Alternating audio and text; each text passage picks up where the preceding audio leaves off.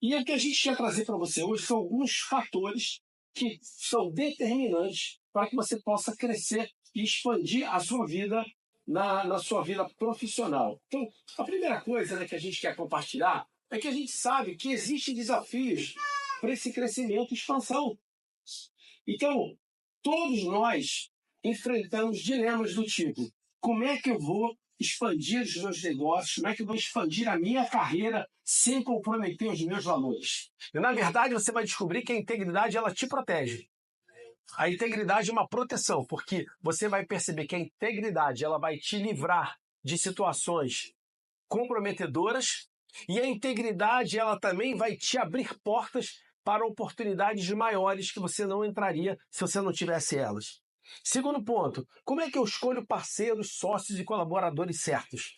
E desenvolver um produto ou um serviço que atenda essas pessoas e criar, então, processos para você poder fazer uma entrega de qualidade. Então, no final das contas, a gente tem que lembrar que tudo envolve pessoas.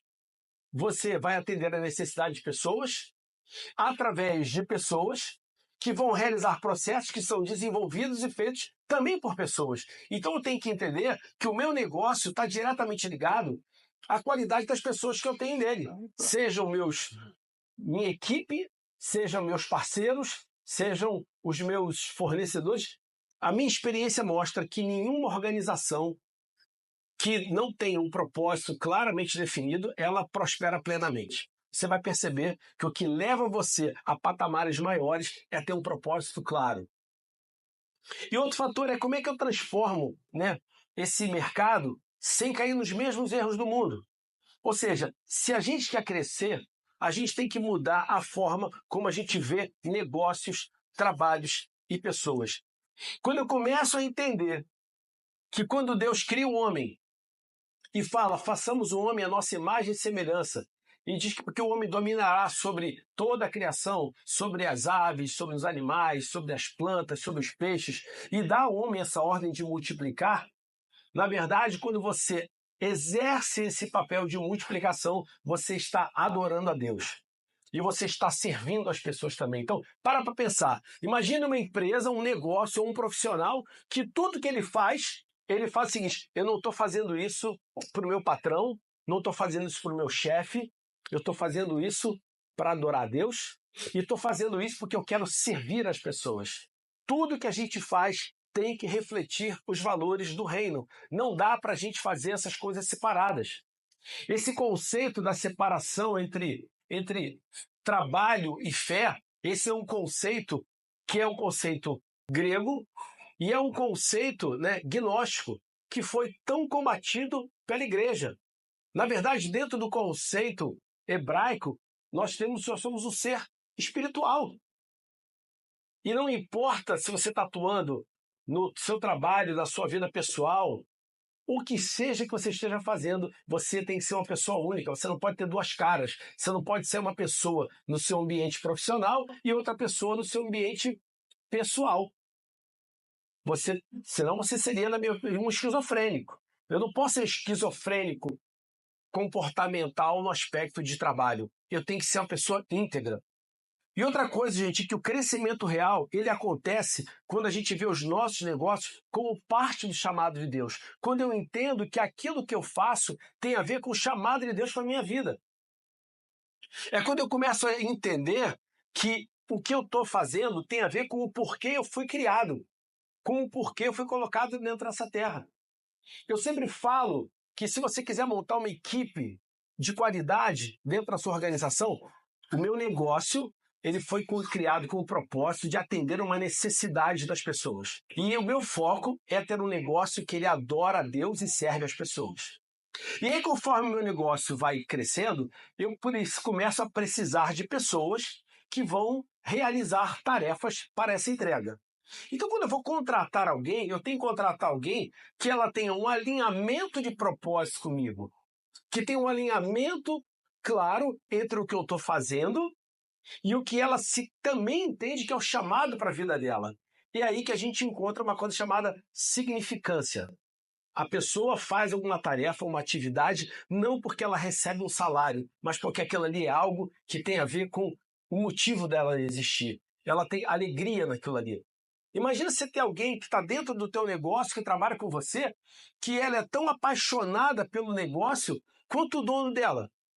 E outro fator, gente, é que a gente começa a entender que empresas baseadas em Avodá, elas não são apenas lucrativas, mas elas impactam vidas e transformam culturas. Porque eu começo a criar uma cultura diferenciada, eu começo a mudar a vida das pessoas, eu começo a enxergar as pessoas a partir de uma outra ótica. E a partir daí eu começo a criar uma mudança de cultura organizacional. Quando eu começo a mudar uma mudança, quando eu começo a promover uma mudança de cultura organizacional, eu começo a promover uma mudança dentro da sociedade. Quando você começa a ganhar o direito de ser ouvido, é quando você começa a ganhar lugar à mesa. Porque falam assim, eu quero escutar o que ele tem a dizer. Eu quero escutar o que ele quer fazer. Eu conto muito uma história de uma grande empresa americana na área de tecnologia, que o CEO dela, um dia ele orou e falou assim, Deus, se isso aqui acontecer até essa data, eu vou sair e vou eu vou me dedicar integralmente ao ministério. E na mesma hora o Espírito Santo falou para ele, mas você já está integralmente no ministério. Você tem uma igreja hoje com 35 mil famílias, que é a sua empresa. Esse é o seu ministério. Então, o que acontece, gente? Então, as empresas que são baseadas em Avodá, elas não são apenas lucrativas, mas elas se tornam influentes. Elas se tornam influentes sobre pessoas, sobre sociedades e sobre culturas. Amém? As empresas, para crescerem, elas, na verdade, elas precisam de quê? De pessoas. Elas precisam de pessoas no time dela e precisam de parceiros ao seu redor. Então, eu tenho que entender que se eu quiser ter uma empresa que cresce, eu preciso desenvolver a qualidade dos relacionamentos que eu tenho com aquilo que a gente chama de stakeholders, que são a comunidade que está ao meu redor. Clientes, fornecedores, sociedade, minha equipe. Como eu tenho sido uma influência sobre a vida deles? Segundo fator, gente, os negócios, eles não se expandem apenas com estratégia. O que for de sucesso, você tem que ter a cultura correta. E você tem que ser um formador de uma cultura correta dentro da sua atividade profissional. Faz sentido isso aí, gente, para vocês? Outro fator, a expansão de qualquer empreendimento depende de quem você tem por perto, então. Então, como é que é a qualidade de quem você está trazendo para perto de você? Você vai perceber que esse aspecto de pessoas certas no crescimento, a gente pega uma grande lição aí com Jesus. Você vê claramente que quando Jesus ele começa o seu ministério, a primeira coisa que ele faz, o que é? Montar um time. A primeira coisa que Jesus faz ao começar o seu ministério é montar um time. E ele começa, então, a escolher as pessoas. Repara uma coisa, não foram as pessoas que escolheram Jesus, foi Jesus quem escolheu o seu time. Ele escolheu as pessoas. E quando você olha a metodologia que ele utilizou, foi uma metodologia talvez extremamente contrária ao modelo que a gente esperaria fazer no mercado. Então você vê, se você pensar assim, se Jesus estivesse recrutando hoje, né, para fazer uma transformação no mundo dos negócios, o que ele estaria procurando? Estaria pessoas com histórico impecável? Estaria procurando líderes religiosos? Estaria procurando especialistas de mercado? Se você olhar a maneira como ele atuou, não foi essa. Ele não buscou os líderes religiosos da época. Ele não buscou nenhum especialista. Por quê? Porque ele queria trazer uma mudança cultural, que ele precisava trazer pessoas que estavam dispostas a passarem por um processo de transformação e que estavam dispostas a fazer parte de um processo de transformação. E às vezes a gente quer fazer um negócio diferente, trazendo pessoas que estão arraigadas dentro de um sistema antigo. A melhor coisa que tem, muitas vezes, é você pegar gente que tem a cabeça limpa, que não tem nenhum tipo de vício, e formar ela de novo. Eu conversei com um empresário no Japão que ele estava me falando sobre a empresa dele. Ele montou uma empresa que ele tem um sonho de construir um negócio totalmente diferente, mas trouxe toda a equipe de liderança da empresa anterior que ele trabalhava, que quer aplicar as mesmas práticas da empresa anterior na empresa atual. Falei, não vai dar certo. Você nunca vai construir um negócio com uma cultura diferente da que você estava antes, se você tiver as mesmas pessoas daquela cultura ali dentro. A minha experiência profissional, né, ela mostra, principalmente quando a que eu vim da Ambev, que a nossa principal maneira de montar uma cultura nova era não trazer ninguém pronto no mercado, era formar as pessoas. Mateus era um cobrador de impostos corrupto que largou tudo para seguir Jesus. Né? Zaqueu também era um publicano rico que encontrou Jesus e mudou a forma dele de fazer negócios. Pedro era um pescador que não tinha influência política nenhuma e se transformou aí, na verdade, em um dos maiores líderes da história. Tudo isso influenciado pelo relacionamento com Jesus. Então você vê que Jesus não escolheu nenhum escriba especialista religioso, mas ele viu potencial onde outros viam desprezo e condenação. E você entende então que qualquer pessoa que está ao seu redor tem o mesmo amor de Deus por ela, que tem plano de vida abundante sobre a vida dela, e que você então entende que o seu papel como líder é ajudar ela a ser quem ela foi chamada para ser, a fazer ela sair do que ela está fazendo, porque ela deveria estar fazendo, a sair de onde ela está para onde ela deveria estar. Aí você vai descobrir que você tem a capacidade de desenvolver um time vitorioso a qualquer momento da sua vida. Porque Jesus conta uma parábola, que é a parábola daquela figueira na vinha, que ela estava lá, já tinha 3 anos, ela não dava nenhum fruto, e aí chega lá o dono e fala assim, corta ela. E aí o agricultor fala assim, não vou cortar não, eu vou cavar em volta das raízes dela, vou adubar, e se daqui a 1 ano ela não der fruto, eu corto. Então significa que muitas vezes as pessoas que estão no time não dão resultado porque ninguém se preocupou em adubar, ninguém se preocupou em nutrir, ninguém se preocupou em cuidar. Mas se você vai lá, aduba, nutre, cuida e ela não dá resultado, você está liberado para cortar. O que você não pode é cortar sem ter feito nada para desenvolver. Faz sentido isso para você, gente? Quando a gente começa a ver aqui, então, Jesus, você vê que ele viu o quê? Potencial onde os outros viam condenação. Ninguém escolheria, de uma forma normal, aquelas pessoas que Jesus escolheu. Mas ele enxergou nelas o que os outros não estavam vendo. Então Jesus não escolheu os melhores segundo o mundo. Ele escolheu, de novo, quem estava disposto a ser transformado. Olha a diferença aqui entre o que aconteceu com Mateus e o que aconteceu com Zaqueu. Isso é uma coisa muito importante para a gente lembrar. Às vezes a gente pensa que quando você vai caminhar com Jesus, você tem que abrir mão da sua vida profissional e se dedicar ao ministério. Isso não é uma verdade segundo a visão do reino. Olha só, Mateus, ele abandonou a profissão e imediatamente seguiu Jesus. Não foi isso que ele fez? E se tornou um dos 12 apóstolos. Agora, então alguns são chamados para deixar tudo e seguir. Mas quando você pega Zaqueu é diferente. Ele encontrou Jesus e mudou a maneira de fazer negócios. Ou seja, ele continuou trabalhando, mas agora com o quê? Com justiça e com generosidade. Então você vai ver que outros são chamados para quê? Para transformar o mercado de dentro para fora. Então a maioria de nós não foi chamado para estar no púlpito. Foi chamado para estar dentro do mercado, sendo um elemento de transformação no mundo. Olha que interessante. Quando você olha, tanto Mateus quanto Zaqueu fizeram um jantar na sua casa convidando seus colegas de trabalho para escutar Jesus. Pararam para pensar nisso? E no caso de Mateus fala que muitos daquelas pessoas que eram publicanos e pecadores seguiam a Jesus. E você vê que aqueles que eram os religiosos, que estavam lá de fora, só estavam criticando. Olha lá, fica sentando com esses caras. Jesus falou, cara, eu não vim aqui para cuidar de saúde, eu vim aqui para cuidar de enfermos, eu vim aqui para curar os doentes. Então você descobre que muitas vezes você vai ser, na verdade, aquele que vai ser usado por Deus para trazer salvação, restauração na vida das pessoas. Faz sentido isso? A partir da sua vida profissional. E aí, gente, o que a gente vê aqui, né? É por isso que você vai perceber que você vai ser chamado para ser um transformador do mundo de dentro para fora. Jesus transforma tanto quem é chamado para o ministério quanto quem continua no mercado de trabalho. Não pense que a transformação só acontece para você estar ministrando numa igreja. A transformação vai acontecer para você que está lá dentro. Você vai ganhar uma nova visão, uma nova estratégia, uma nova maneira de fazer o seu trabalho lá dentro.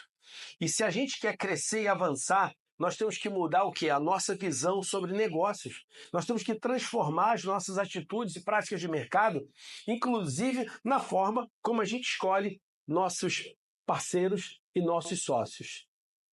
O primeiro mito que eu quero quebrar é esse aqui, ó, que a gente só deve trabalhar com quem já é crente. Isso é um mito. Sabe por quê? Muitos empresários, muitas pessoas cometem esse erro, porque contratar alguém apenas por ser evangélico não garante caráter, nem compromisso, nem excelência. Verdade. Segundo ponto, Fechar negócio apenas com cristãos pode gerar frustração quando faltam profissionalismo, ética e princípios sólidos. Terceiro ponto, criar um mercado gospel sem integridade e profissionalismo só vai comprometer a credibilidade da gente. Na verdade, o que a gente tem que ser é sermos uma influência poderosa para influenciar o mundo todo. Não é ficar dentro desse meiozinho. Agora, você vai fazer isso a partir de quê? De confiabilidade, credibilidade, competência. Não é fazer, vou fazer negócio com o irmãozinho que eu vou abençoar ele. Meu irmão, se você não for competente, eu não vou fazer negócio com você. Se você não cumpre prazo, eu não vou fazer negócio com você. Se você não honra seus compromissos, eu não vou fazer negócio com você.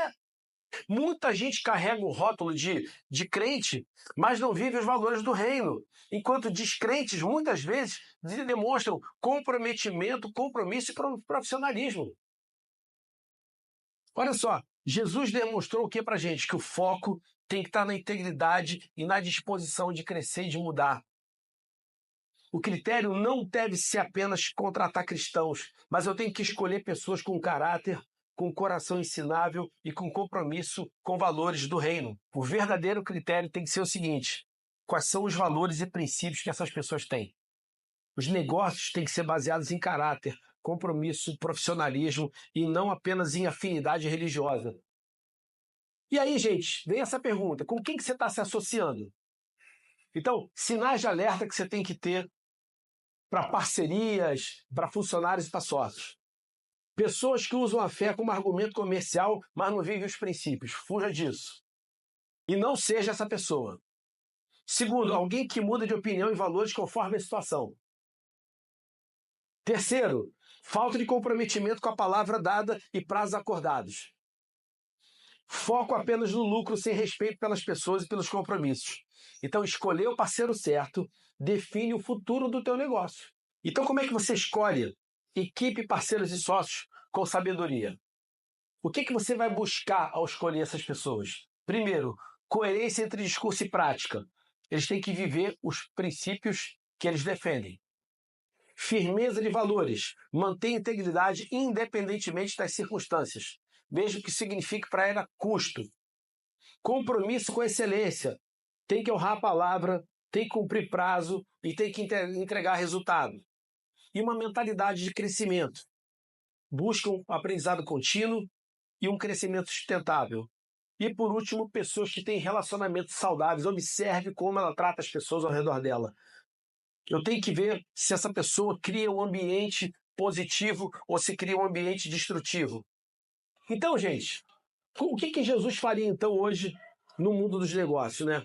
Se a gente aplicar os ensinamentos de Jesus, como é que ele construiria o mundo dos negócios hoje? Primeira coisa que eu falei, ele não criaria um gueto evangélico, mas transformaria pessoas, culturas e empresas. E é isso que a gente tem que pensar. Nosso papel aqui não é criar um clubinho, é sermos transformadores do que está aí fora. Ele escolheria líderes e parceiros não pelo rótulo da fé, mas pela vivência, pela verdade, pela integridade. Ele faria negócio com integridade e excelência, inspirando pelo exemplo. Tudo que ele faria seria bom pra caramba. Ele lideraria com justiça e serviço, confrontando toda a prática desonesta dentro do mercado. Ou seja, o nosso papel no mercado não é criar clube fechado para crente, mas influenciar, transformar pessoas e culturas. Então, o que é o Renova e qual é o seu papel? Ele é um movimento que capacita empresários e profissionais cristãos para liderarem, atuarem com propósito, integridade, fé e excelência em seus negócios e carreiras. Ele é um ambiente, sim, de mentoria e de transformação para líderes que desejam gerar impacto real, aplicando os valores do reino nas organizações e no mercado. A gente quer ser uma comunidade comprometida com a construção de negócios sustentáveis, inovação, ética e integridade, porque isso é a base do crescimento e da influência.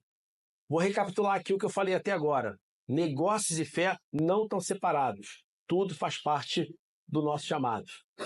O verdadeiro crescimento exige pessoas certas, valores sólidos e parcerias estratégicas bem construídas. Negócios que prosperam de forma sustentável unem propósito, inovação, caráter, qualidade e ética em todas as suas decisões. E o critério principal para recrutamento e parcerias não é apenas ser crente, mas viver os valores do reino com integridade, excelência e compromisso. Então, o mercado precisa de empresários, de profissionais e líderes que transformam e expandem com base nos valores do reino. E a pergunta é, você está pronto para isso? Então, se você quer aprender, né, a expandir sem comprometer sua fé, quer construir negócios sólidos, justos e sustentáveis, e quer transformar o mercado com valores do reino, você tem que se juntar ao Renova e trazer mais gente para cá a partir de agora. Porque esse é o nosso papel, esse é o nosso chamado. Amém, gente?